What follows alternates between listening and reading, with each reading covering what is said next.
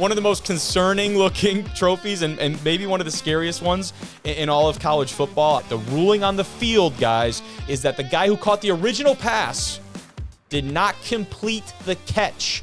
I was disgusted to see that. I mean, this just sucks. This just sucks for football.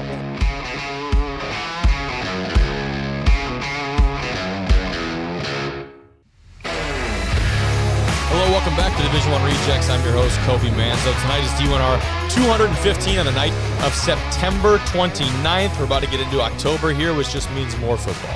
That's really all it means. That's all we've got for you tonight. A lot of football. Not necessarily any guests, just me, the fellas, talking a lot of ball. D2, D3, NAIA, and Division II. We're the first shutout of a team in 34 years. Almost 400 games had passed in that time that a team had scored 0 points. It happened again this last weekend. It was our Game of the Week selection. We'll talk about that one. A top 10 matchup with some offensive fireworks. We also each had our picks. Myself, Drew, Tim. We picked D2 teams and gave them their NFL comps. Which teams did we pick? What NFL teams do we relate them to? Actually, I think we had 3 really solid picks, so stick around for that conversation. In Division III, potentially the worst call in the history of college football. I think I'm not even saying that lightly. Repping the Scots tonight, kilt style. Absolutely love Coach Couch and the boys down there. Also love Coach Stursma and this Hope Flying Dutchman squad. They got freaking hosed. We'll talk about that later on. And then we've got some really sweet stories in the D3 realm. Incredible rivalry games, ridiculous trophies. Stick around for those. A team that turns an eagle statue after a rivalry win. Another one where 2 teams share the same campus, the 6th Street rivalry. We'll talk about those. In the NAIA, no Matt Schwarzer tonight.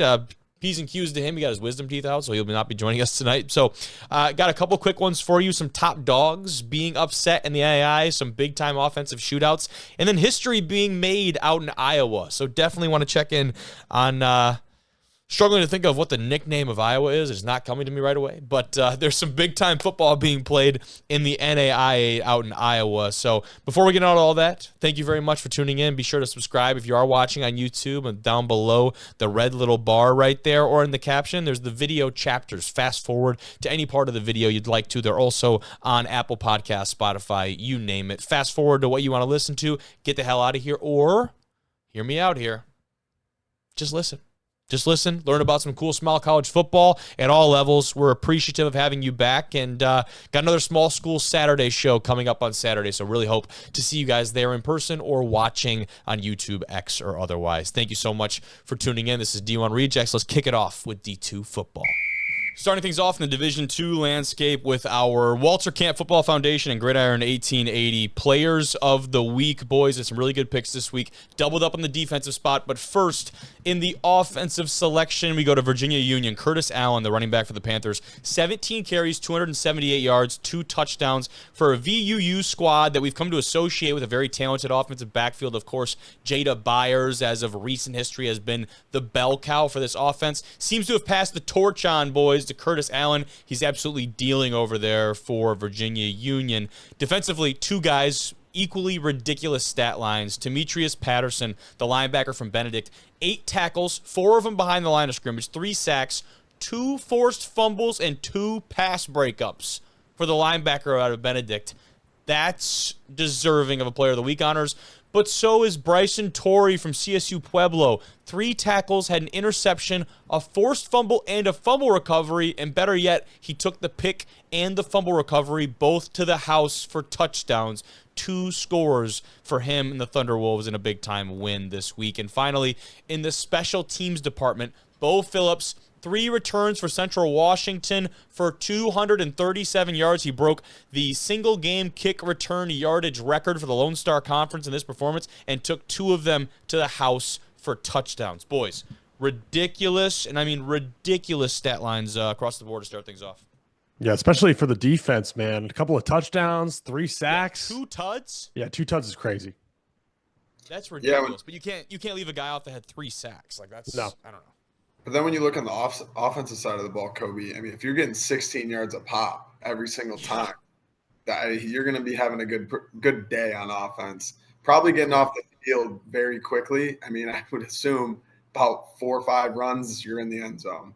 That's the entire length of the field. Yeah, that's stupid. But let's talk about a guy that is doing it at the next level. Trinidad Chambliss, a guy that we've had on this show, a guy that everyone really knows or should know at the D2 level, because if you don't, where the hell have you been? The former starting quarterback from Ferris State who led them to another national championship and a 14-1 record just a year ago. We're talking about a guy, fellas, that could go from a Harlan Hill finalist to a Heisman finalist. And it might seem far-fetched right now, but let's talk a little bit about this guy, his journey. For those not familiar, this is a guy that was third in the voting for the Harlan Hill in 2024. That is given to the best player in Division II football. Some people call it the D2 Heisman. We call it the Harlan Hill because that's what it's called. But you see the stat line right there. Almost 3,000 yards through the air, another 1,000 on the ground, over 50 combined touchdowns for Trinidad in 2024 alone, leading this Ferris State squad. And, of course, atop the mountain, he had 5 of those touchdowns in the national championship game with the Bulldogs. They come out on top of their third in the last 4 years, I do believe. And now you see some of the stats right here, and what he's done at Ole Miss has been nothing short of exemplary. He's set a lot of even program firsts. He's also in some very good company. You see right there the only 4 Ole Miss quarterbacks that have thrown for 300 plus and ran for 100 in the same game. He's in some very elite company there. And right now, fellas, not exactly a betting show, but if we were, I'd be sprinkling a little bit on Trinidad. He's top 5 betting favorite right now for the Heisman Trophy after upsetting LSU, according to FanDuel and a couple other sites, boys. But, I mean, Drew, we've obviously seen this guy up close and personal. Tim obviously knows about this guy. What can we say about Trinidad and what he's been able to do with Ole Miss and our friend Lane Kiffin up there, who's been electric on Twitter, by the way? Yeah.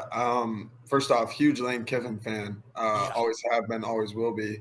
Provides a lot of entertainment. As far as Trinidad's concerned, like Kobe, we had talked about it. Like it was one of those things to where, you know, when you see a guy like him commit to Ole Miss, you're like, all right, awesome. Like that's really cool, right? Like Isaac Tesla as well, you know, played against him as well. And then he goes to Arkansas. You're like, oh, dude, great for that guy. Let's see how much, like, you know, he gets on the field, right? Because you know it's obviously going to be a little bit of a jump. And then you're seeing Trinidad, and it's like, you know what I mean? Like it's just snap, and he's right there. And, you know, I was texting another friend of ours, Hunter Chambers. Shout out, Hunter. Shout out. Derrick Henry's really struggling this year. But anyway, we texted him. We were like, dude, he's not only playing, but he's balling. You know what I mean? Yeah. And it's just like, it's really cool to see because I remember a year ago, I mean, I got concussed that game, so I remember the first half. But but I remember, like, game planning for him, and we were like, dude, like, there's fast, and then there's, like, really, really like quick, you know, like Kyler Murray-esque running around, and you're just like, dude, he's just, his legs are moving so fast. Like I remember, like it was almost like in the NFL they compared Kyler Murray to like the gingerbread man running around. Like that's how he was moving against us. And you know, to see him translate at the next level has been nothing short of amazing. So it's really good for him. Really, you know, really cool to see a guy like that.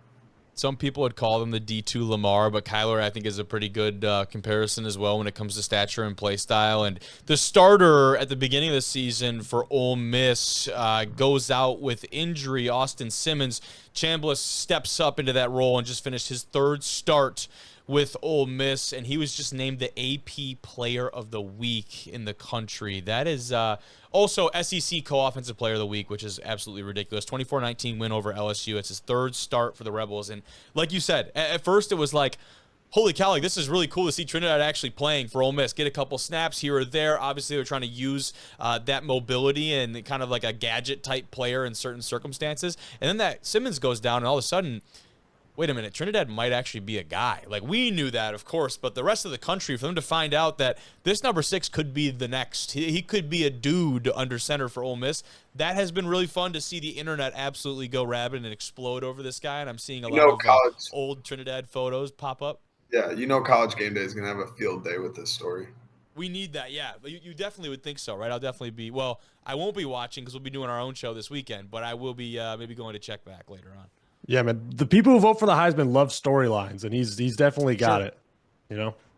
Sure. They were talking about the craziest surprise of 2025. And again, if you weren't following him at the Division II level, yeah, damn right, that would be a surprise. For the vast majority of people that watch Division I football that don't know about Ferris State, which that number's getting smaller and smaller, Ferris keeps having this level of success. But for those people, man, imagine you hear about, I'm seeing these tweets from the LSU faithful, and they're like, yeah, Trinidad Chambliss going to find out this ain't D2 anymore. And then you get carved up.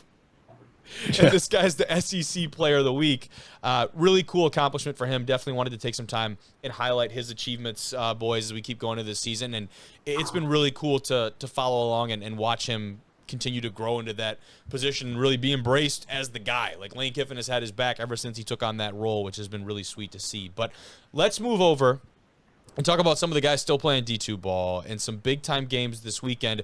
The biggest, I think, fellas, comes down to UMC Pembroke. The first time in 34 years the Blazers from Valdosta State have been held scoreless. And, fellas, 395 games have happened since the last time that event has occurred. That's a ridiculous stat line right there. The Braves win 31-0. I think I just got to leave it at that. Like, that's a wild stat line and a wild result I don't think anyone predicted. The question is, will they go another 34 years without being scoreless? That's what you ask right away coming off of it? That's what I was thinking. But no, man, this Valdosta State team, man, they've struggled a little bit this year. Turn the ball over. They had 3 turnovers last game. But UNC Pembroke making their way into the top 25. They're playing really good this year. They're 4-1. They've had some impressive wins. This is a team to watch for the rest of the season. That it absolutely did, and it absolutely is. And Quay Kennedy, he had a big-time day for UNCP. 3 catches, 130 yards, 2 touchdowns, absolutely ruthless through the air for the Braves. They didn't really have a potent passing attack, but you see it here. The interceptions, the takeaways were definitely something that UNCP did a very good job of. They've already beaten 2 top 20 teams in 2025, boys. They're on a roll right now. They forced 2 fumbles in this one, so turnovers were rampant. Not to be overshadowed, though, but Valdosta, 14 different players in that roster all caught a pass. Unfortunately for the Blazers, 3 of those completions to the defense. We saw a couple of them right there. And Boyd, the quarterback for Valdosta, he comes over from Memphis, which Coach Craig had some overlap with him at Memphis. He comes over and did not have his best day against the Braves, but this is a UNC Pembroke team that was picked, fellas, at the beginning of the year as the favorite inside of the resurrected Conference Carolinas. Seems to me they should be the standalone favorite moving forward, but we will start conference play here as we get going into the rest of their season. We'll move things on, though. Let's go and talk about what was technically the biggest matchup of the weekend, and it certainly lived up to those expectations. Cal PA, they win in the top 10 matchup at Slippery Rock, and I got a couple ridiculous stats to give you guys before we start talking about the game in this one. This was the first road game since October 2024 for Cal PA, the Vulcans. That's 10 home games in a row during that stretch. You finally get a road game, you go out and you win against a top 10 opponent. 10 home games in a row has to be some type of record, I think. I mean, Kobe, think about the amount of teams that play every single year, right? Sure. I guarantee it's less than maybe 3 have 10 straight home games, right? Like, it's almost one of those circumstances to where it's like, I'm sure they were even like, all right, dude, when are we going to get to go on a bus, right? Like, it's like stuff like that. And to be honest with you, I enjoy playing on the road. I always did. Just because, in high school, it was always fun to, get on the bus and go play at some other school. And then when you think about, in college and stuff, right, going into another team's house, those are the best feelings. So They finally got to do it. And not only did they get to do that, they went up against one of the best teams in the country at the Division II level. And we were talking about it, on the behind the scenes and everything like that. And I was like, man, this might be – the most impressive win, and then we saw the Valdosta score, and we were like, oh, yeah, okay, maybe this is number 2. So, but either way, what a win, right? And Slippery Rock, they put up a fight too, so, both of these teams lived up to the hype. 100%. The video here, courtesy of WKBN 27. The Vulcans, it's not how they did it, it's the way in which they did it instead of what they did necessarily, and you've seen some of the clips here, but they scored 35 in the first half. One of them was on the pick six we saw earlier, DeJuan Owens from Slippery Rock, a very errant throw, and this Slippery Rock team is one that caught a lot of praise after even a quality loss, so to speak, against the Ferris State team that was rolling in 2024. This Vulcan squad had their way with them in the first half. The offense did go quiet after that for a bit. Slippery Rock, of course, a quality team. They claw their way back. That right there, they took the lead, 38-35. Cal PA, still something to say about it in the fourth now with about 5 minutes to go. There's a field goal block, and this one is tied up at 38. Slippery Rock not done, but Cal PA, with a minute left, gets what would end up being the game-winning score. Kendrick Aganor gets the game winner, 45-38, your final from Cal PA and Slippery Rock.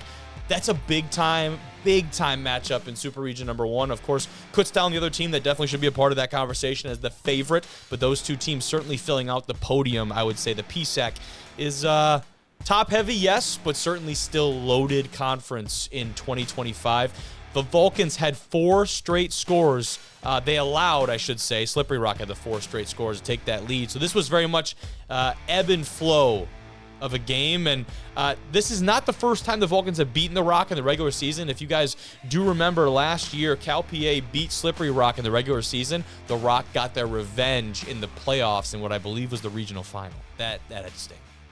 Kobe, and when you look at like these box scores, right, it's almost like, okay, one team rushes for 260 yards. You're like, oh, they must have blew them out. Oh, then the other team rushes for 220 yards, right? So it's like both teams were like, they were going back and forth. Like this was a heavyweight fight, right? And we talked about Owens. Yeah, he had the 1 interception. He also had 4 touchdowns for 250 yards, right? So like he was playing out of his mind. Then you got You Ave could say Johnson. he only had the 1 bad pass. That's crazy. Do you guys think that this is California's the best team in the PSAC right now? I know we talked about Kutztown. They're 4-0 right now. A couple of 3-1 teams in there. But where do you think they stand right now with those other teams in the PSAC? That is a good question. I think it goes back to, the PSAC, in my opinion, is a little bit more top-heavy than we've seen in years past. You've got teams that I go right away to a Shepherd or other squads that maybe in the history of, recent history have been really solid that maybe have not dropped off. I think East Stroudsburg is a great example of a team that we thought, Drew and I talked about a lot in the preseason, that came into this year, thought was going to be a really powerful squad and just have not really shown up. The biggest difference for me between a team like Kutztown and Cal PA is who they've done it against, right? The strength of schedule. Cal PA certainly has shown it so far, and I will give Kutztown the benefit of the doubt, though. They have done it in dominant fashion, boys. They have won every game by at least 30, going back and looking right here. Opened up PSAC East competition a week ago against that Shepherd team, and to be very honest with you, looking at their schedule, Kutztown, I don't see them getting a true challenge for another 3 weeks when they're at Westchester. I think that'll be a really good and really tough environment for the Bears to play in. I just don't see them really being challenged early on in the schedule. So that would be my one take, is that Cal PA has proven it against maybe a little bit of tougher competition than Kutztown. But you could take that the other way and say Kutztown's going to have all the bullets in the gun when that matchup eventually comes down the line, right? You're going to hopefully keep guys healthy and maybe not have all your starters in there for 4 quarters each and every week. Mm-hmm. That's a huge factor, right, Cove? Like we talked about it. Like, would you rather get the measuring stick out of the way early, right? Because like Kutztown, like they could roll the next 3 weeks, and then all of a sudden it's like, all right, now we finally can see like where we're at, right? Like almost like we talk about in the NFL, right? Like we're, Kobe and I are Lions fans. It was like, okay, like we're going into Baltimore, like, all right, let's see what we're about, right? Or would you rather, all right, we're 5-1, we haven't really played anybody, but like, so that's one thing that Kutztown's going to have to deal with. You know what I mean? Like figure out like how good are we? I think that's a very good point, Drew, and you really helped me segue into our next game and our next team to talk about, because this is a team that had really the exact opposite of that and what you talk about. They had their litmus tests very early on in the season. Northwest Missouri State. Minnesota State came into town, and let me tell you this, the Mavs were rolling over the Bearcats. That was a very one-sided victory for Mankato. What Northwest has done, though, Since that day, they've won 4 straight, and they just rattled off another big-time win in a dominant way against number 15 team in the country, UCO. 38-16, Northwest takes this one, and to me, that is a great example of what you just talked about. Coach McMenamin and company coming in, and he's not new to the program in that he's been around, but it's still new head coach, new staff, and the like. This is a dominant win for a Northwest team that I think we can officially say is so back after the last couple of weeks. You kind of expect them to roll over and win against some of these teams in the MIAA, but for a conference as loaded as this one, and wins like this do not come that often. This is a Northwest team that won in all 3 phases of the game. Explosive plays on offense, turnovers on defense. I believe they had a block in there on the special teams. You're talking about winning in every phase. They've won 4 straight after that week 0 loss. Definitely an MIAA contender. We're talking about a team that now can up their expectations into playoff aspirations and things of that nature. Northwest, boys, was 6-0 all time versus UCO at home heading into this one. Probably should have played a factor into maybe how we thought about it. Yeah, and how about this UCO team? This was a team that I was high on in the preseason. I think I said that they were going to win the MIAA. Now they drop out of the top 25. They started a top 5 team in the country in the polls. Now they dropped out. So how do you keep that momentum or that morale in the locker room for the rest of the season? It's got to be tough for them. Yeah, Tim, that's exactly what I was going to say. Like, this is a huge win, but at the same time, like, looking at UCO, like, you started off top 5, lost week 1, right? And now you lost again. Like, it's going to be a big challenge for them to keep those guys, like, going, right? Like, not saying they don't have the guys, the staff, or anything like that, but having those big-time goals and now being like, all right, we can still reach these goals, but we got to be damn near perfect on the way out. Mm-hmm. So, yeah, the margin of error has gotten a lot smaller, correct? Yes, exactly. Something to note for UCO, Jalen Cottrell notably missing from the box score and from this one. So I haven't seen any type of official news, but big-time playmaker out of the offensive backfield for this Broncos squad.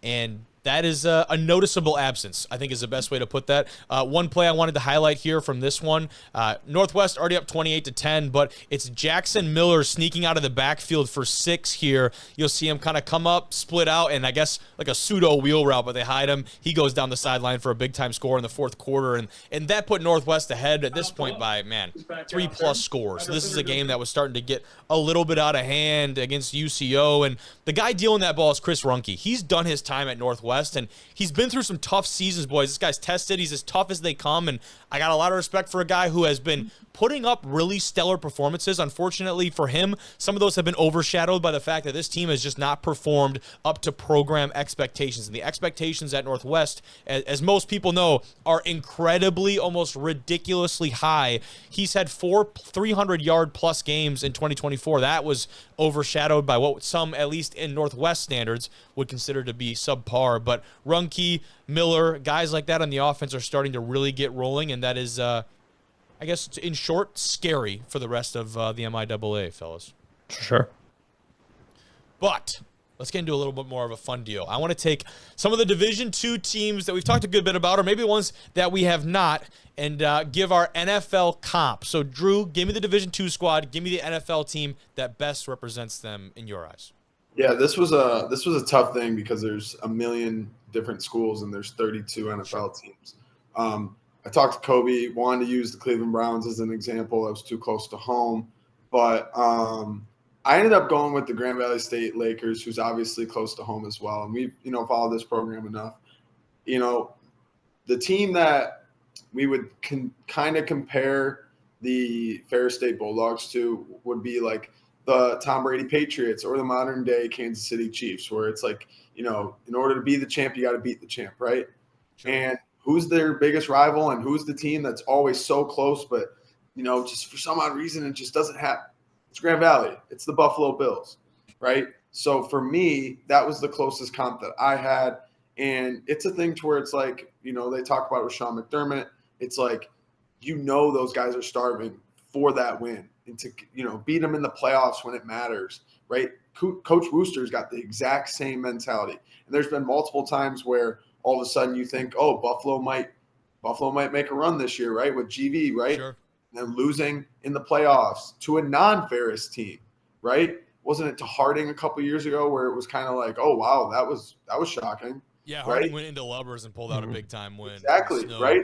Sound like Cincinnati Bengals going into Buffalo and stealing a win in the playoffs a couple years. Yep. That's what I'm trying to say. So that was my comparison with Grand Valley. It's it's a culture thing. It's a team you always know is going to be right there. And I'm not saying the Bills. I think people are more high on the Bills right now. The Bills are obviously undefeated, but like GV's in the mid-teens right now in the rankings. I'm pretty sure it was like 15, 14. Not saying like they lost to Pitt State. Pitt State's a good program. I think that's a little low for the Lakers. I think they're still a top 10 team in the country. And you know what it is? This is a team that unprecedented in my eyes. Back-to-back bye weeks for the Lakers. I agree. Like Like 2-1. Seen. Very weird. Yeah. Outside of they had an exhibition game against community college, and they basically fielded their pseudo JV team, like guys that obviously are not playing typically on Saturdays for them, but for all intents and purposes, back-to-back bye weeks for the Lakers before heading into GLIAC play. They got Davenport this week. And for me, if you're not top of mind, you're not going to make a jump in the rankings, right? You're leaving your fate up to the teams around you, and if other teams are winning, you're not going anywhere. So that, to me, is the biggest thing. The most recent memory in the minds of the voters for the top 25 is that loss for Grand Valley down at Pittsburgh State. Like we said, completely makes sense, right? But at the end of the day, we all know it. If they run the table and lose to Ferris, they're in, right? Like we all know that. But at the end of the day, if they beat Ferris, now all of a sudden people are like, oh, GV might be the best team in the country. They only lost to Pitt State by 3. Like, you know what I mean? So it's just like, it's funny how the narrative can change just like that, just like it does in the NFL. Like the Packers were the greatest team to ever, lace them up, and then they lost to the Browns and tied with the Cowboys. I don't think people feel the same way. And the Lions 3 weeks ago shouldn't have even walked on the field. So, yes. Correct. And how about a team that is absolutely rolling, both of which my pick, UTPB, the Falcons, and the Indianapolis Colts. And this one I was looking into, and the more I started to line up some of the tendencies and some of the statistics and numbers and weird coincidences, it just started to kind of all come together. These two teams, fellas, this was kind of a really interesting one for me. You've got new quarterbacks leading the charge. Of course, Daniel Jones coming from the Giants, kind of getting this second life, so to speak. For UTPB, it's Cannon Gibson. He comes in, the transfer from West Texas A&M. They're both playing out of their minds right now and doing a very good job for their respective teams, got them on the national stage and the national hunt.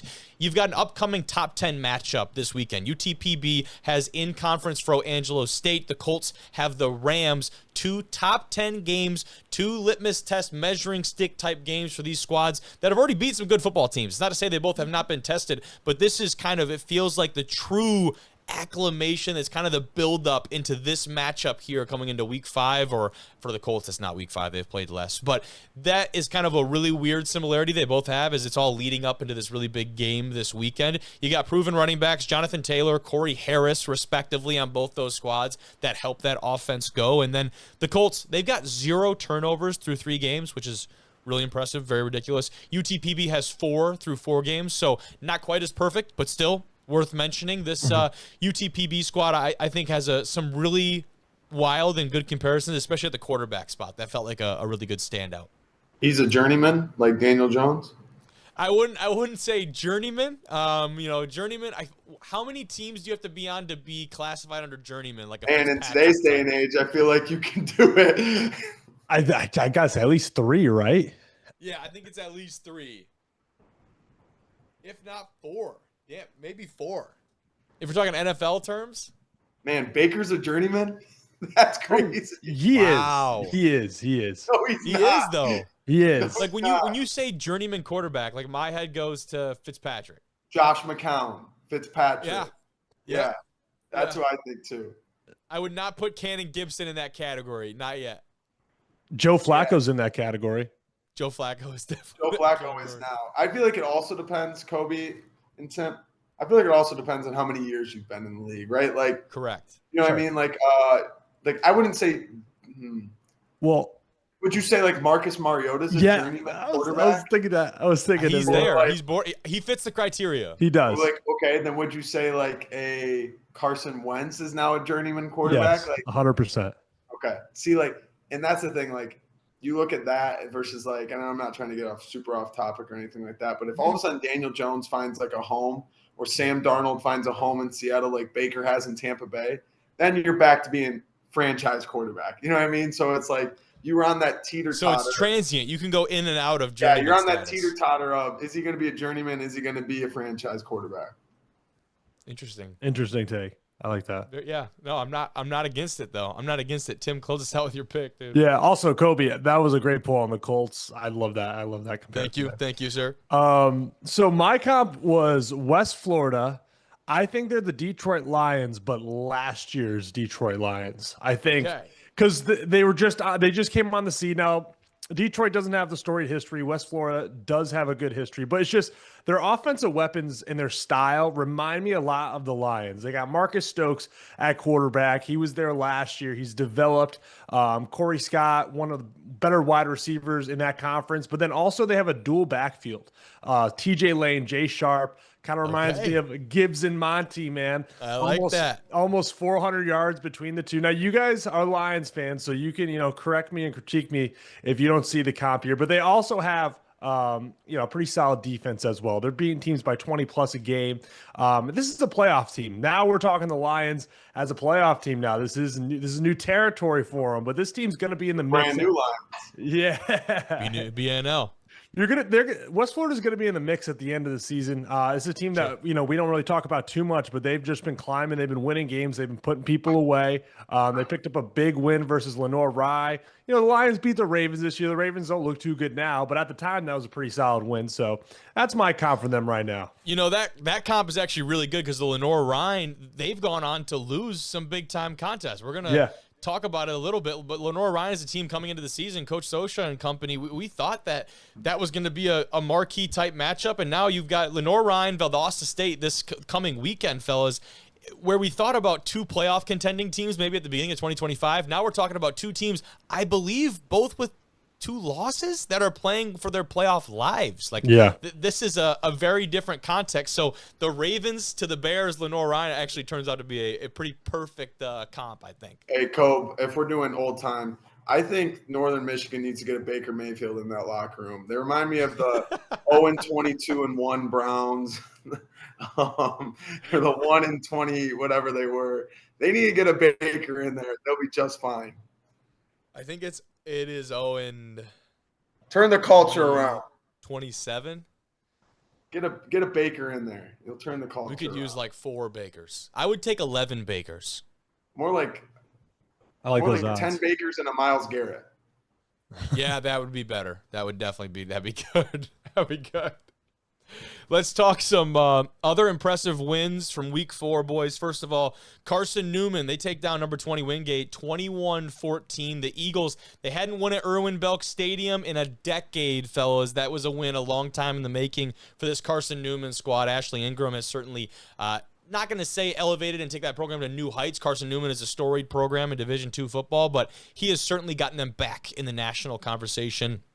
Jaden Sullen's a guy you definitely have to know about. And the reason why, they go for it on 4th and 1 on the Eagles' own 37-yard line. Kind of a gutsy. If we're going by NFL comp, that's a Dan Campbell-ass play call right there. Not only do they convert, boys, but Sullen's, he was just a few yards away from a touchdown on that one. They played without 3 starting O-linemen, without a starting quarterback. Carson Newman does not care. They will beat you however they have to.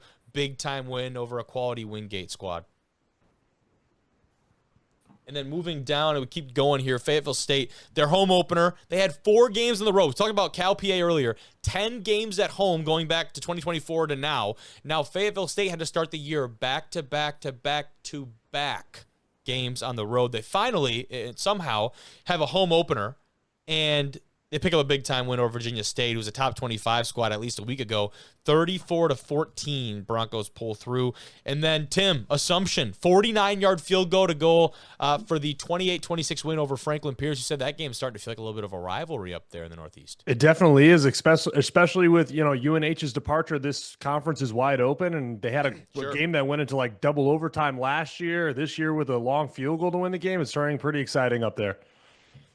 That definitely is an interesting one to keep track of. Of course, the auto bids for these conferences, we're going to have someone from the NE10 in the dance. Now, are we going to get two? Probably not, but we're going to have a conference champion in there. So who do they deliver out of that conference, and how will they represent on the national stage? I think that's kind of an important deal. Like, the GLIAC has been very well represented. Not to say we've had a ton of teams in there, but Ferris has done really well. Grand Valley's done a decent job. You look at some of those teams from the GAC. Like, that's a conference that pretty top-heavy, I would say. The top 3 to 4 teams. After that, not so much. They've been represented well in the playoffs because of their top couple squads.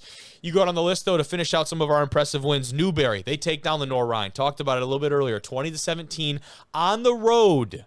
Newberry picks up the win. The Wolves reclaim the Bishop's Trophy. And again, panic time potentially for Lenore Ryan, a team that is not very familiar to being in this position. That's a game that you can't lose that one. You can't lose that one. And Newberry is a quality foe, but that's a really tough one to swallow for the Bears. Other scores to quickly get through here. Kutztown, we talked about the Bears earlier on. They ran for 200+ en route to a 49-10 win at Shepherd, who's been kind of on a down this year. Winston-Salem State, they beat Bowie State 28-21 on the road. And then Duluth up in the NSIC, they hold off MSU Moorhead at home 28-14, boys. Deshaun Ames is a guy in that wide receiver room that we had talked about. He missed the first 3 or 4 weeks for that Bulldog attack, their best receiver from a year ago, part of the D2Football.com preseason All-American team, or like Elite 100, however kind of verbiage you want to go off of. He's back in the lineup for the Dogs. 3 interceptions from that UMD defense against Jack Strand, who is one of the best quarterbacks in D2 football. His definitely got rattled by the Bulldogs to keep that Moorhead squad to 14 points with as potent of a passing attack that I got to see in person. Very impressive feat. Pitt State, obviously, we talked about them a little bit. They seem to be rolling. They've figured things out. 42-29 win over Emporia, and we've seen Pitt State grind out some of these gritty-type wins. Seeing them score 42 feels pretty good, though. Yeah, I think Pitt State, that was my pick, right? I thought people were kind of sleeping on them. But it seems like they've kind of started to really, really hit their stride, right? Almost Detroit Lions-esque, So don't watch out for Pitt State. The Gorillas, man. Chadron State, they kept things rolling, 34-27 over Mesa. The RMAC has got another contender in there. Western Colorado, CSU Pueblo. We knew those are going to be kind of the top dogs in that conference, with Mines taking a step back this year. Chadron is kind of making a case to be right up there in that top tier of the conference. They still have some big-time games coming up, but they have taken down Mines, which is a pretty marquee victory for them. They keep things rolling over a quality Mesa side. Harding beats Ouachita Baptist 24-7. This is a game that it has been really big in past years. 2 of the top powers in the GAC. I didn't see as much pub around this one for whatever reason. Going through Twitter and whatever. Harding and Ouachita was not really on my feed a whole lot, but Harding, they take care of business. That's kind of just what Harding does, right? It's one of those teams that you mention here and there. We'll kind of talk about them more in November. Mm-hmm. Yeah, I think Harding, right? Almost like not like a sleeping giant because they're awake, but it's one of those where it's like, hey, they're going to take care of business. We'll see you later down the line when things start to get, big and bright. We had talked about that Harding-Arkansas Tech game at the end of the season potentially meaning something in the GAC. The Wonder Boys did lose this Wonder Boys squad. Oh, they got beat this week. Hold on. I got to double check the who, but I know they lost. That's sad. Because they had a fantastic start to 2025. We were talking about a 3-0 start. They end up losing this week to Arkansas Monticello. Yeah, that's Kobe, I remember texting you, hey, Wonder Boys, you got a fan. You don't know him. We barely talk, but you got a fan in me. That's all I'm Coach Roy over there in his first year, still a lot to be excited about moving forward for the squad. The season is certainly not over. That's a tough loss, though, for them to stomach, as the back half of their schedule We'll be back. We'll be back. We'll be back. They still have Southern Arkansas, Henderson, Harding. Still, we got the Hendies. I ain't worried. We got the Hendies. Yo. Finally, Central Washington, they scored 91 points in that win over Western New Mexico, and that's a crazy one. Central Washington, a team that I did not associate with scoring that many points. Western New Mexico, I do expect that out of them. Very high-powered offense, Ackerley at quarterback for them. The defense stinks over there apparently, but they've got an offense that can be in a shootout with the best of them. You can't come back from 91 though. There's been a They couple of covered. 90-point games throughout all divisions lately. I don't know. Something's in Talking the about that air. Coast Guard Nichols game. Yeah. Kobe, do you think That they was covered the stupid. spread with 91 points? I think they hit the over. I would hope so. No. This ain't Let's fair. see. I can Ferris State, check. man, could not cover that spread. I'll tell you that. Hey, Kobe, and before we go, I know this, not on this topic board. That Hope Alma thing is a disgrace to referees. That was that was bad. more- Oh yeah, that was bad. That was really bad. Like, that should be. Hey, I don't know if Wow. you guys can see. I got the kilt style on today. And now I'm not wearing it proudly in terms of like Hope probably deserved that win. If we're being honest with you, Coach Sturzman and company, love y'all, but still wearing it nonetheless. Big day for the love Coach. Scots. Hey, love Coach Couch. Everything he's doing there. Obviously, D-Reb was pumped, but even D-Reb was like, that was kind of crazy. You know what I mean? As an Alma crab. So, yeah, it's wow, that was interesting. And when I saw it come over my Twitter, I was like, no way. CBS Sports just posted it like today. Are you serious? Yes. Yeah.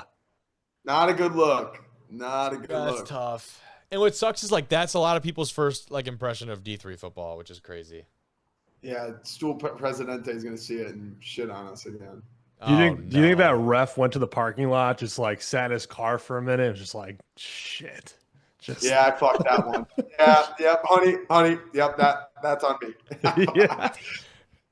So Central Washington at Western New Mexico, the Wildcats from Central Washington had a 97% win percentage right there. And it looks like, I guess this is a final. I don't know if I can get the total. Okay, here we go. They were favored by 32.5. The over-under was 59.5. So, yeah, slammed it. That's They ridiculous. said, "We got you." According to That's Mass. unreal. That's We unreal. got That's ridiculous. But, sweet. Thank you very much, boys. Appreciate you. Thank you, man. Yeah, absolutely. And one last thing, for all the high school guys, Wildcats got a dub this past weekend against Kobe Manzo's Dragons. So, Double O is coming home again. It's all right. I can edit that out. Talking some D3 football tonight. We're going to kick things off with our Walter Camp Gridiron 1880 Players of the Week. The awards this week. Let's see here as we fast forward through some of the D2 selections. We'll kick things off with our offensive pick, Mekhi Wilson, the running back from UMass Dartmouth. 25 carries, fellas, 161 yards, but 5 touchdowns is the one that stands out in his performance. On the defensive side, Ethan Burrows from Adrian, a team that is, dare I say, sleeper out of the MIAA here. We're going to talk some MIAA later. It will not be the Bulldogs. 2 tackles, 2 picks, and 1 PBU for Ethan Burrows. He also had the game-sealing interception against Valparaiso just a few weeks ago, boys, if you remember that one. And then finally, our special teams pick is Eli Nowaki, the kicker-punter specialist from Bethel and the Royals. 3 punts, 57.3 average, and a long of 80. Seth, how do you keep finding these guys that have these ridiculous boots? Well, I was lucky on the Warburg one last week because I witnessed it in person. And then I'm always curious, what I'm doing some research on the school that we're going to go to this week. And so I'm wondering what the special team situation looks like. And sure enough, Eli Nowaki, he's doing everything. I mean, he's doing kickoffs. He's doing their extra points and field goals. He's an absolute weapon. Do feel like that is less and less common, by the way, to see guys doing that. Can I kick it? Yes, you can. Can I kick it? Come on, baby. Jimmy checking in from Las Vegas on tonight's episode of the pod. Viva. Give us a look. How we Holy doing? cow, that's Beautiful. awesome. Which hotel we staying at, check big it guy? out. We are at Resort World. It's a beautiful establishment. Fantastic, actually. I heard the ambiance is even better with the Bears win. Great. Loving it. You got to make your way over to what's the Win? The Win is It's right across the street over here. that one's crazy. That one, the details in that place are maybe one of my favorites. in Yeah. the entire My only city. concept So of we've Vegas been is all what over. I've seen in like Ocean's 11. It's the same thing. Yeah. What? Yeah. It's a heck of a town. I tell you what. Definitely worth coming out here, Kobe. Yeah, but if you only go for like 2 hours. Like book a flight for the Yeah. same 24-hour window. The big announcement from us this week, of course, boys, we will be at Bethel where the Royals take on the Johnnies from St. John. Small School Saturday live from Arden Hills / St. Paul, Minnesota, depending on how wide of a berth you give it there. Saturday, October 4th, we'll be live tentatively from 10:30 to 12:30 CST on site for what is, I think I can pretty safely say, the biggest game out of the MIAC this year, and what could be a pseudo-conference championship type of environment between these two top 25 really high-caliber teams. I'm really excited about this one, and it does feel like if there was a game to feature these squads, this had to be it this year in terms of the conference schedule. No, I'm so excited to get over there. This is, one of those matchups that you hear all over the country. You talk about it. So I'm so excited. I've actually played against both of these teams. My first college game ever was against Bethel, and of course went to went to St. Thomas my first year at River Falls. Unbelievable atmospheres, both of those places. Going to be at Bethel. Those guys really do a great job up there.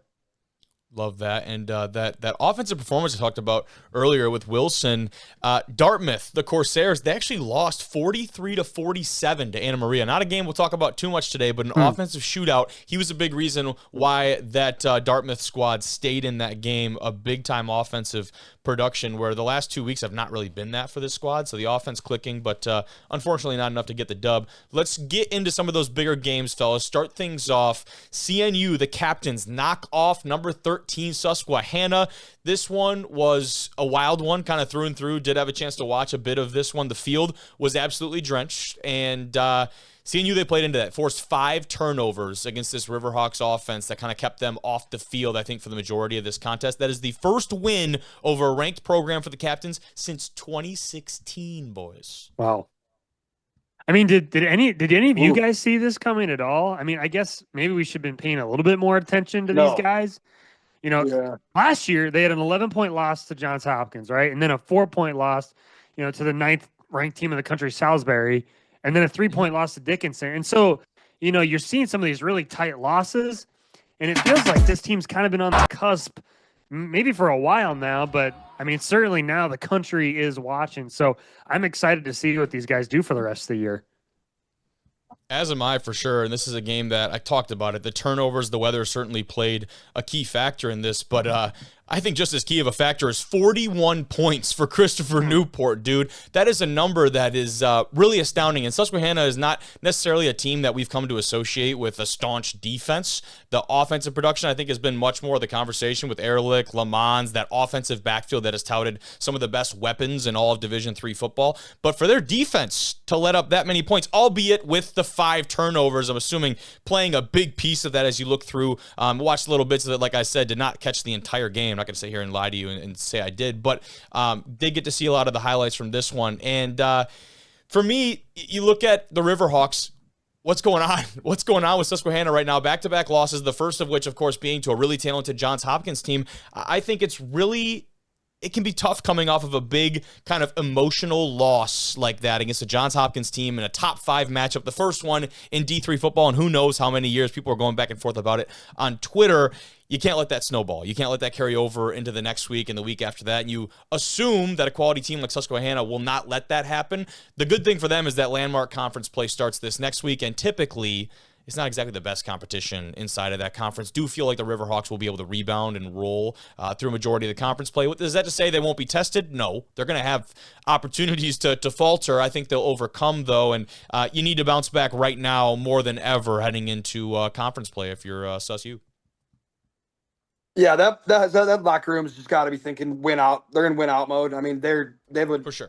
They need to just continue to. They can't let it build up, like you said. I mean, it's just one of those things where you lose to 2 good teams. Now you got conference play, new season, fresh. Like let's go. They were up 21-10 in the second quarter, too. And then the wheels just start to fall off, and that thing really got blown open. A shutout in the second half with a couple CNU touchdowns really put this thing away. That offense just could not click. An audience of almost 4,000.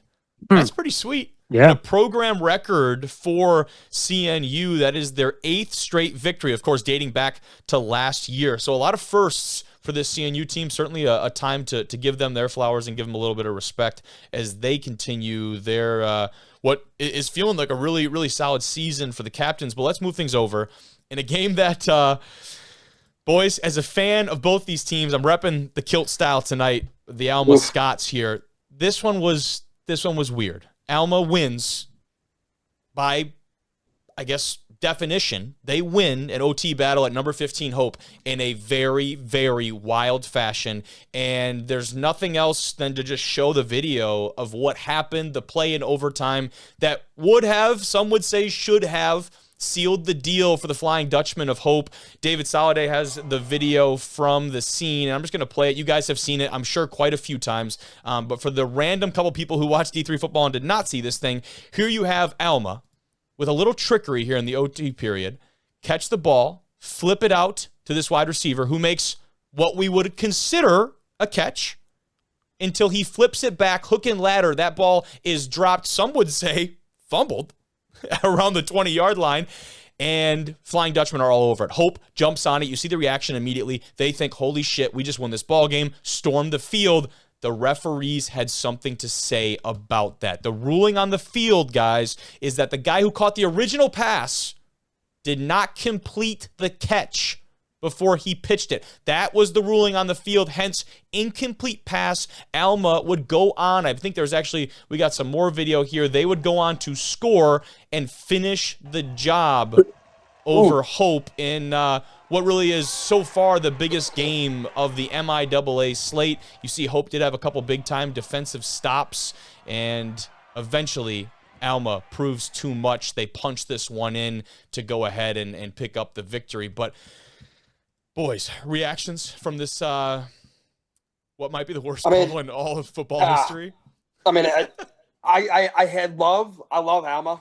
I wore a kilt for the small school Saturday, but I was pretty disgusted. I was disgusted to see that. I mean, honestly, love the boys at Alma, but come on. You got to give Hope a win there. It's just an absolutely brutal call. Yeah. No, Eddie Williams, really solid game for him though. 100 yards on the ground, 2 touchdowns. Feed the kid. He looked really good at River Falls. Parker Schumann with 2 sacks. Also, he's getting a good pass rush. But man, oh man, I feel for those Hope guys, man. I feel for them. It sucks. That is a gut-wrenching one, man. You watch the celebration; they literally stormed the field, and then to be taken off and hear that call, I can't even imagine, bro. This just sucks. This just sucks for football. At the end of the day, Alma did not deserve to win this football game. Yeah. I'm officially giving this win to Hope. I'm officially giving this win to Hope. I don't have any pull. I don't have a magic wand or anything. But at the end of the day, Hope won this game. This sucks for them. I'm happy for Alma, right? Friend of the show, go Scots, right? But what the hell are we doing? This is one of the worst refereeing jobs maybe that I've ever seen in Division III, and I've seen some bad stuff, but this is just looking at the replay, it's easier said than done. But I don't know what the call on the field originally was, because you see them get together and get into their little powwow and discuss this whole thing. I would love to see what a mic'd up version of that sounded like. It just a bunch of idiots screaming at each other would probably be what it would look like. Incredible. But that would be awesome. I can't imagine. You felt like you won this game, right? You feel like you win this game if you're Hope. And then have to go back out there, defend him again. Of course, Alma, that's not a team, that's not a quarterback that you want to give another opportunity to. No. And you totally flip the momentum, 100%. It's like the ESPN score or the ESPN. The win probability. The win probability. It's you won the game, and then it's straight downhill. You get the ball back to Carter St. John, and Alma's shoot, let's go win this thing now. And Hope's just thinking about what just occurred. And so there's another part of that video is you can see the head coach going on and looked like he wanted to fight the refs essentially. And I don't blame him. I don't blame him, fellas. This sucks. This just sucks. Yeah, this just sucks. Yeah, you just cannot make that call right there. You can't make Yeah, that call and there. I don't know. talked about, I've never been a ref before. I don't see how that's the call. I don't know. You talked about Eddie Williams, Jimmy, and their 1 point loss to Hanover College, which I did not have on my bingo card for the Scots. Williams actually became the career rushing leader for Alma Scots with he had 102 yards on that day. He surpassed Chris Clark's total of 2,820 yards in the second quarter. So he is nearing that 3,000 mark. He is now the all-time rushing leader in the history of the Alma Scots. So a little bit of late news there. But staying with the Scots boys, is Alma still in the playoff hunt? This is something that we get to talk about now for a 2-2 team. In D3 football, 2 losses is often the death sentence. Even with the expanded playoff, the bracket that has opened up a little bit, 2 losses this early in the year typically means, hey, better luck next year, pal. For the Alma Scots, though, it might not. The last game of the season against Adrian, again, we look ahead in these schedules all the time. Adrian, like I talked about maybe earlier on, could be a sleeper inside of this conference. That matchup could have a lot more meaning come October, November, whenever that takes place. I don't have the date in front of me right now. Again, there's still some big-time games in front of them, but that Hope one was certainly circled on the schedule for this Alma Scots team, and we talked about it with Susquehanna. Alma, very much fire-lit under the collective asses of the Scots right now. The kilts are getting warm underneath, especially if they're being worn traditionally. Jimmy, isn't that correct? Yes, and I was not wearing mine traditionally. You had the sport kilt. Very clear to me. Sport kilt on. The sport kill. But yeah, nonetheless, one of the bigger results out of the slate in D3 football this weekend with 2 teams that really could be in the conversation for playoff bids. And as we keep moving forward, let's talk some PAC ball, fellas. Washington and Jefferson, my goodness, 34-14 at Grove City in a game that, really good way to rebound for a team that started 0-2. You kick off pack play with a bang. And fellas, I'll say that there was an idiot quite a while ago that said something along the lines of, quote, the pack has become the Wolverines to lose. And I don't know. Was that you? Was that you, Kobe? Was that you? Well, I will leave the identity searching to those on the internet to find out who may or may not have said those words. It was Kobe Manzo. It may have come from my lips. Wearing a Falcon shirt, evidently. Wearing a River Falls Falcon shirt. But, and a clip posted by Grove City. Glad that they enjoyed that. Immediately, though, Washington and Jefferson was so quick to reply with the most incredible GIF usage. The pack has become Grove City's to lose? Okay. And let's just consider receipts had. Washington and Jefferson, you go ahead and just, you win this one. Absolutely. Respect the hell out of it. I think I'll just leave it at that, boys. They backed it up. And again, they had a really tough start to the year, a couple losses. They bounced back in a big way to start off conference play. I mean, Grove City, I'm going to retract what I wrote down here on this here document, but they are potentially dead. They're potentially dead. Potentially dead. I said, downgraded from officially dead to potentially I wrote dead. officially, and I'm going to say That's potentially. an upgrade. That's an upgrade, not a downgrade. True, I'm going to say it is an upgrade. Yes, it is an upgrade. Yes, I'm going to say potentially deceased. I don't think they're totally out of it.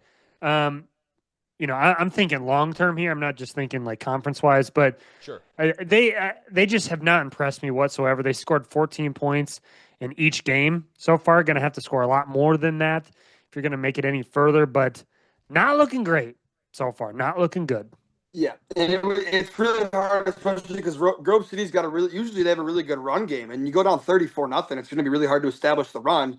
They only run for 95 yards in this game.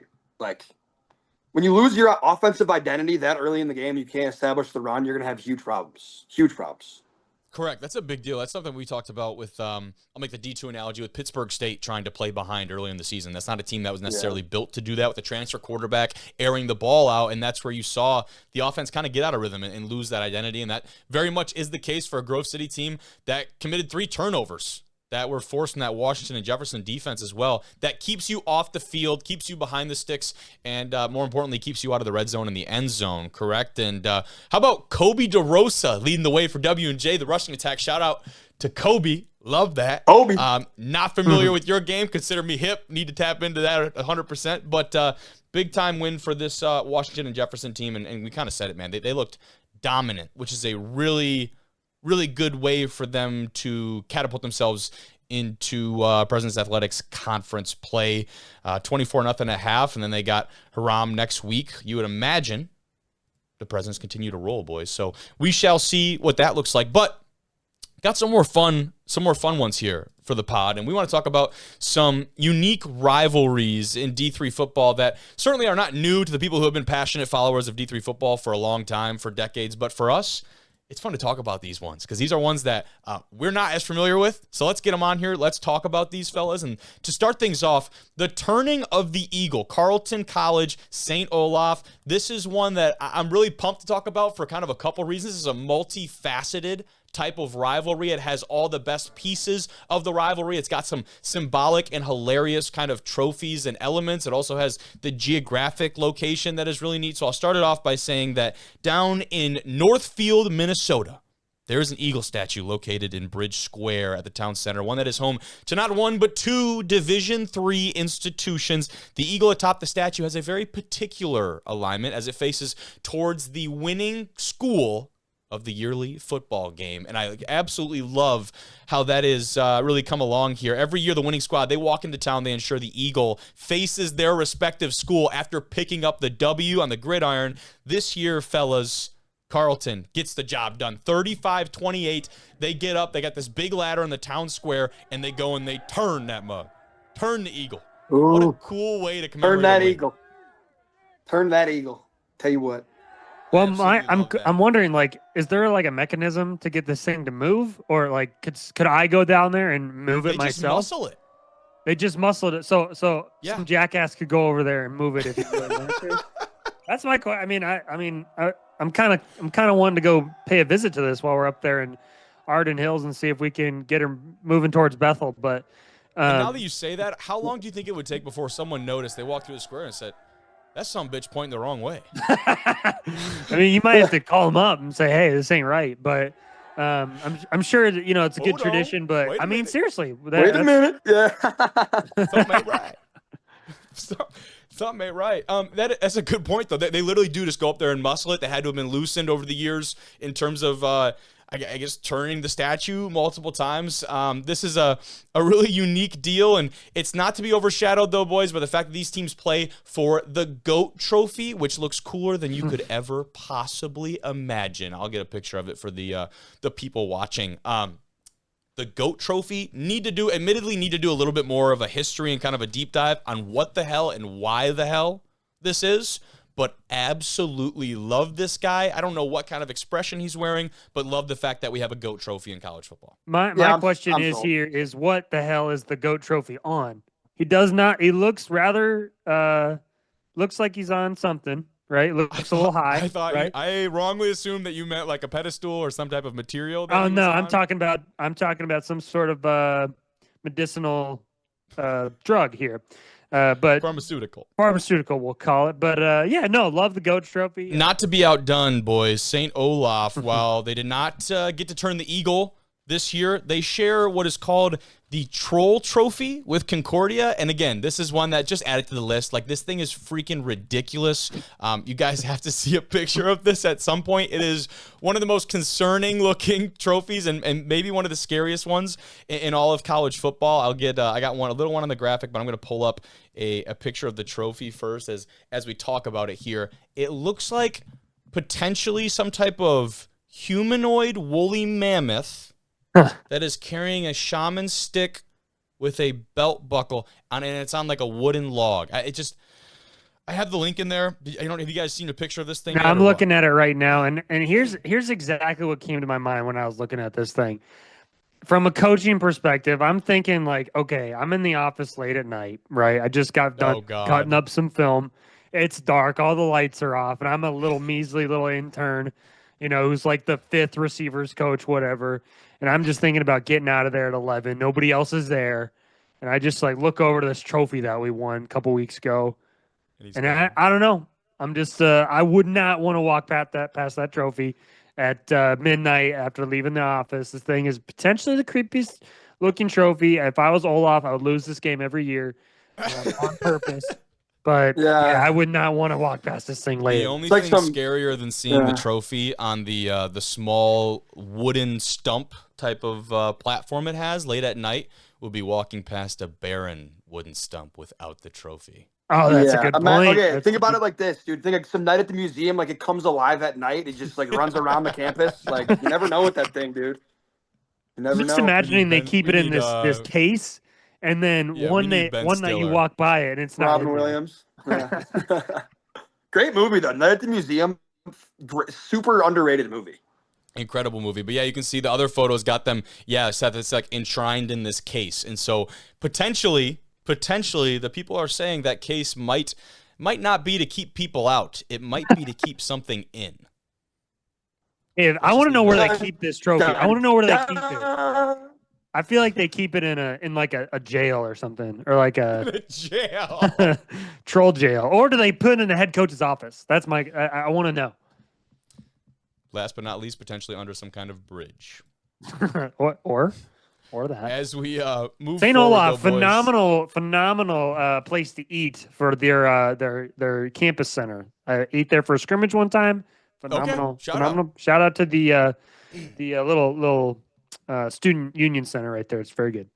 Love that. Good grub on Let him campus. cook. Let him cook. Let's talk Pomona Pitzer, Claremont Mud Scripps. This is the 6th Street rivalry, boys. And Pomona Pitzer, they win it this year, 25-17. I'm going to show, I've got it on the rundown, but I forgot to share my screen with you guys. But I'm going to show a map of the campuses as I try to go through and explain this, at least in a little bit. The Claremont Consortium comprises 5 undergraduate institutions and 2 graduate schools. The main library is shared between all of these different undergrad and graduate schools, boys. There's cross-registration for classes, so it's very common to have classes with people from technically different schools.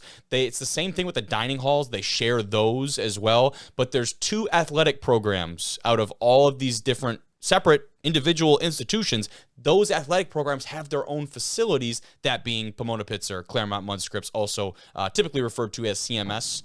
The teams are known to walk through the campuses by those very dorms, dining halls, and the like, all the way to the rivals' stadium. This is, again, the 6th Street rivalry.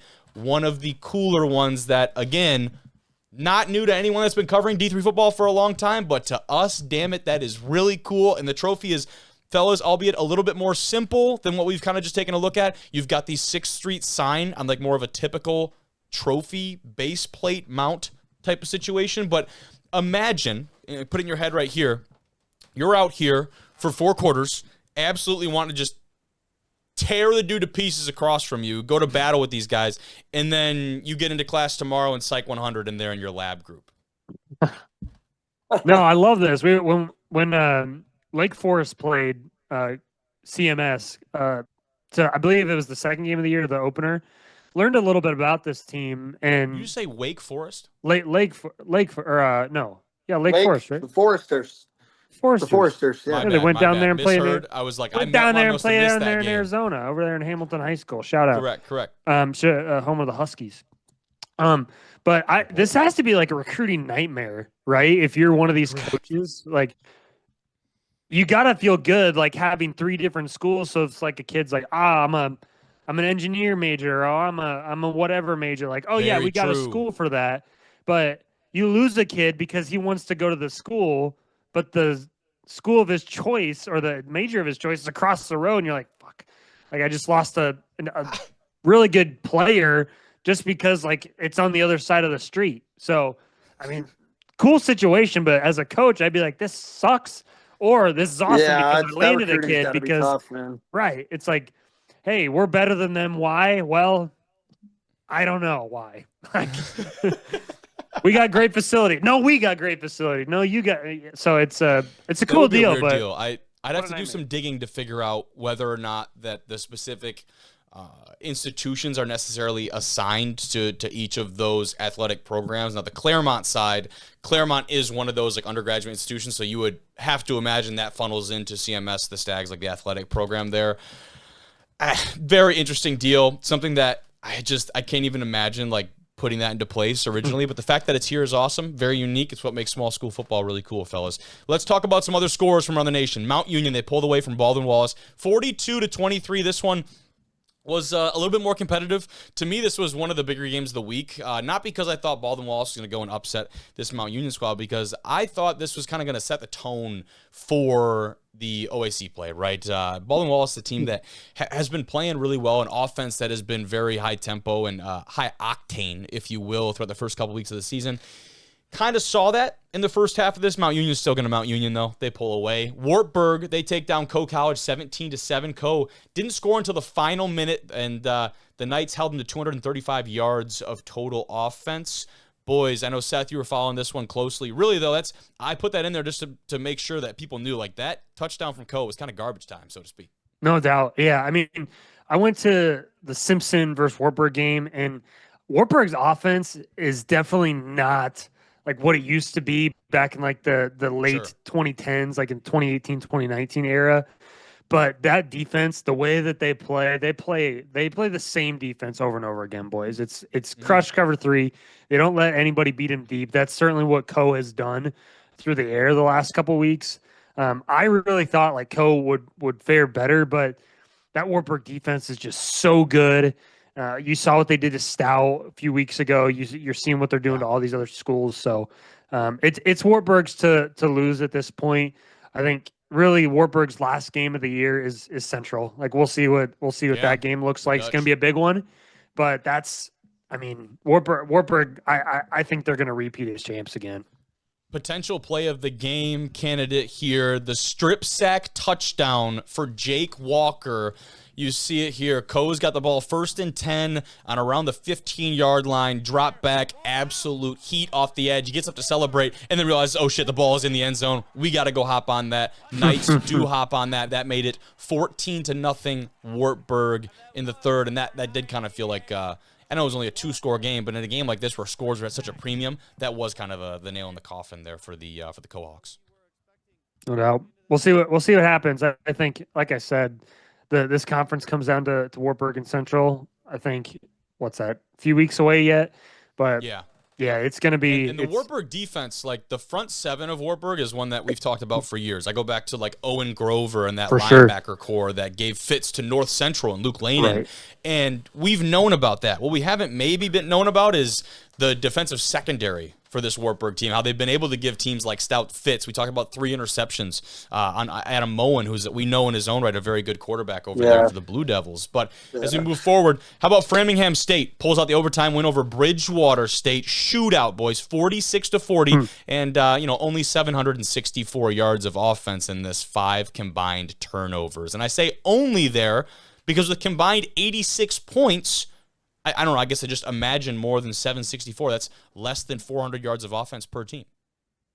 Yeah, well, we've seen 1,400 twice, right? Yeah.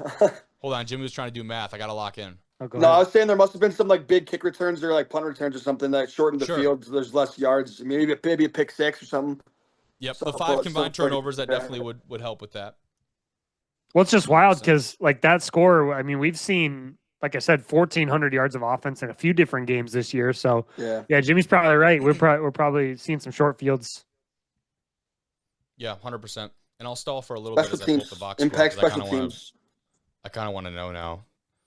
But Framingham does pick up the W, 46-40, and in this one, let's see it here: 25-yard pass, 40-yard pass, 7-yard. There you go, 20-yard fumble recovery tud, 52-yard interception return. That definitely will. That'll help. There's a little bit there. Those are the only 2. I actually thought there'd be more, but those are 2 of the scores there. How about Ithaca? They win the low-scoring affair versus Hobart, 13-7. Ithaca feels like they're always in those gritty, grind-out type of games. Hobart will get right down in the mud with them, but just didn't have enough to get it done. And then this one was interesting for me, boys. Lebanon Valley, they beat MacFo Delaware Valley for the first time since 2013. Final score 21-18 over there in the MAC. And this is a Delaware Valley team that we had talked about back when we had Louis Barrios was under center for the Aggies over there. This is a team that had been so dominant inside of the MAC, had won probably I want to say it was 10-plus straight conference championships. Don't quote me on that one, but it was a lot. Just know that. They had been dominant. Their foothold, since Barrios and a couple of those guys have left, has certainly struggled on that conference, and we're seeing that now. Lebanon Valley picks up a big-time win, and then we had a pair of double overtime games go back to Minnesota. St. Scholastica, holds off McAllister 37-34, and then Concordia, Wisconsin with a 28-20 win over Benedictine, boys. That's about it. We have another great week of football next week, too, man. A lot of good matchups to talk about. It's going to be a monster week, fellas. Stupid, ridiculously good. Such good games everywhere. Yeah. The D3 slate is really packed, so we're looking forward to our small school Saturday at Bethel coming up this Saturday. We've got both coaches confirmed to be coming on the show live, so a lot of really fun stuff still to be put in motion, a lot of things to be planned out, but just know it's going to be a good one. Very excited to hopefully see a contingent of you in person down there in Arden Hills, but also online watching on YouTube, X, wherever, however, man, we're going to make it happen. So pumped about it, fellas. Thank you very much. Absolutely. All right, let's start things off with the NAIA, of course, with our Player of the Week selections. Walter Camp and Gridiron 1880 NAIA Players of the Week. Coming in the offensive spot here tonight from Southwestern, it's Matthew Holterson. Hopefully pronounced that one correctly. The wide receiver for the Builders. 6 catches, 250 yards, and 3 touchdowns. Are you kidding me? His quarterback, you know what? Honestly, both of them probably should have been on here as well, but this to me just stood out. Matt, have a freaking day. Half your catches were tuds. 250 yards on 6 catches. I'm pulling out the calculator here because I didn't do it beforehand. We're going to go ahead and do some math together here, folks. 250 divided by 6, that is 41.6, focus, 41.666, whatever, 2/3 per catch for the man Matt. That is insane. Absolutely ridiculous. In the defensive spot on our NAIA pick, I felt really good about this one. The NAIA Defensive Player of the Week, the NAIA national office agreed with me and also selected Spencer Laniers as their Defensive Player of the Week for MSU Northern. This guy had 9 tackles, which in itself is impressive, 3 TFLs, 1 sack, 2 interceptions, and both of them went the other way for touchdowns. That is one of the best stat lines I have ever seen defensively. He certainly earned that accolade. In the NAIA Special Teams Department, Aiden Guerrero from St. Francis, he was 3 of 4 on the day for field goals, hit one from 42 yards out, tallied 16 points, but I think the craziest part of his stat line, he had an onside kick that he recovered himself. And I don't even know I didn't really know how to put that into the graphic, but if you're going to kick an onside kick, first of all, great. That's just a cool part of any game for a kicker. For your team to recover it, even better. That's the goal. But for you to do it yourself and pull like a Pat McAfee and kick that thing and just go run after it, that's pretty awesome. I need to pull up the tape on that. I'm not sure if that was a surprise onside or really what that came from, but nonetheless, here we are. Let's talk about a couple of the biggest games, though. I got 2 to talk about that definitely need to be mentioned. Marion rallying against Indiana Wesleyan, a Wildcat team that we've seen escape some close games recently. You go back a week ago, that Olivet Nazarene game where the Wildcats were able to overcome Indiana Wesleyan. They can't escape this time. Number 19, Marion takes down number 5, Indiana Wesleyan, 52-42. Offensive juggernauts going at it. The juggernaut for the Knights of Marion was Tristan Polk. Have a freaking day. The go-ahead touchdown with just 45 seconds left in this one. He was getting it done in the air, on the ground, 324 yards total offense, 4 touchdowns for the quarterback of Marion. That's an incredible day. Keegan LaBelle, who we have known about certainly on this show, the running back from Marion, 140 yards, a touchdown for him as well. And you talk about a statement win, like a true statement win inside of conference play for this Marion side. It doesn't get much better than taking down Indiana Wesleyan. Remember, their one loss is against a Division II opponent, University of Indianapolis, who in their own right is a playoff team at the Division II level out of the GLVC. They've gone on to win 3 in a row, and they've still got some good challenges on the schedule, going through the MSFA, and it'll be interesting to see how they fare, but right now, you're looking at a team that's won their last 3, and the last one being over a big-time opponent. Madonna coming up next on the road. Sue me, that's a win for Marion. Obviously, you can't overlook anyone, but that could kind of be a trap for this Marion squad. You overlook that to the next 3 games are all teams receiving votes after Madonna. It's at Taylor, back at home against St. Francis of Indiana, and then on the road at Olivet Nazarene. So this could be a trap game, Madonna. I think they take care of business, but a really interesting stretch coming up for this Marion squad who has performed very well in all facets of the game. But really, it is the offense that has impressed me the most for this Marion team. I mean, 52 points is ridiculous. The game did get iced, though, not offensively, but defensively. Yassine Falk, the pick 6, they got their revenge, and from a year ago, this Indiana Wesleyan team. That pick six sealed the deal late in this one. And you look, they were outgained on the day, 568 yards to 472. And they did win the time of possession battle. 2 of 2 on fourth down. Feels like a pretty good margin right there. 7 of 17 on third. Not anything, I guess, to write home about necessarily. 12 penalties for Indiana Wesleyan, over 110 yards there. That's unlike them, to say in the least. This game was one of ebb and flows. Marion had the first 2 scores. Indiana Wesleyan bounces back with 3 of their own, 2 of Marion, and tried to start piecing things together, but eventually it was Marion coming out on top of this one. And the other big-time game I definitely want to take a look at here and highlight, the Dordt Defenders. They made history this weekend with the 21-10 win over Northwestern. That is the first win for Dordt over Northwestern, I think, ever. From what I could tell, this is the first time Dordt had taken down the Red Raiders, which is a very incredible feat in itself. And you can't talk about this game without talking about the game-winning touchdown video, courtesy on X here of Ryan Timmerman. Let's take a look at the game-winning score right here. Noah Strickfaden, he's going to take this snap with just 13 seconds left to go in this contest.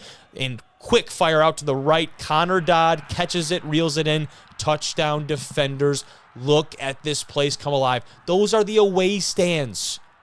Dordt faithful traveling for this one. Now, an in-state game. It's not like they traveled across the country. But look at that setup and environment for 2 of the NAIA's best out there in Iowa. The game on the line. Strickfaden to Dodd for the win. Like I said, the first win over Northwestern for Dordt. This is a Defenders team that in the first half were doing anything but this. And to illustrate that, 3 turnovers in the first half for Dordt. They trailed at one point by as many as 17. It was 17-0.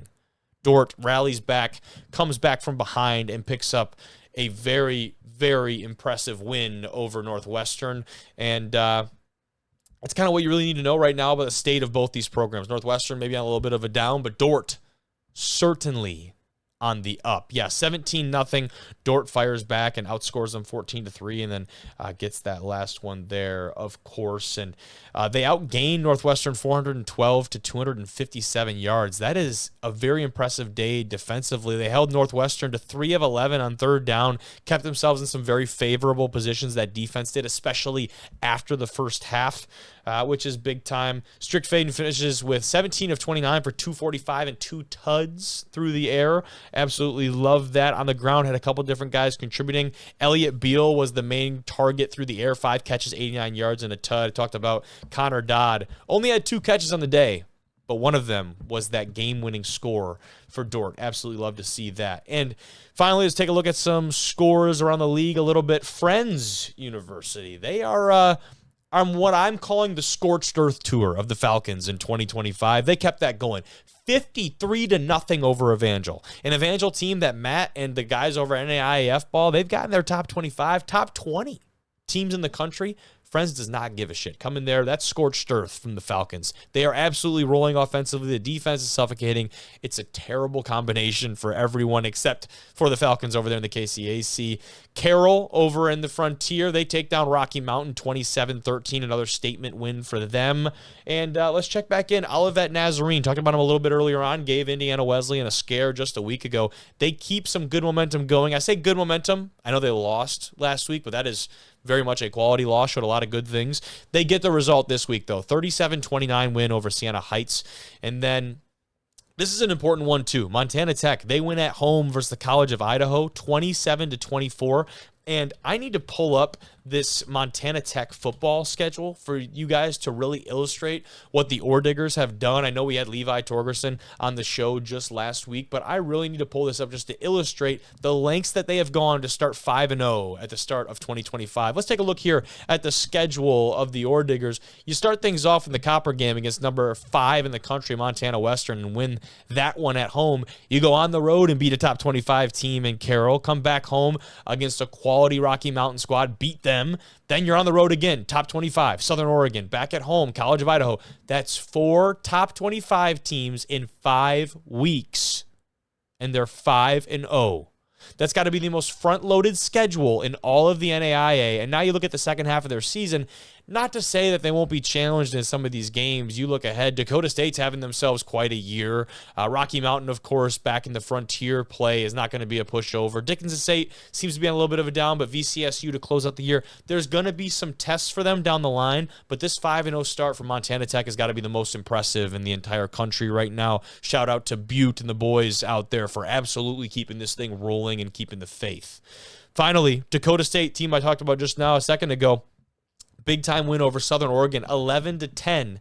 DSU finding ways to grind out some of those gritty games. So that's it for tonight. D1R, thank you so much for tuning in. If you made it this far, really appreciate you guys and the support that you've shown us, continuing to try and keep this thing going in the right direction. For D1 Rejects, I've been Kobe Manzo.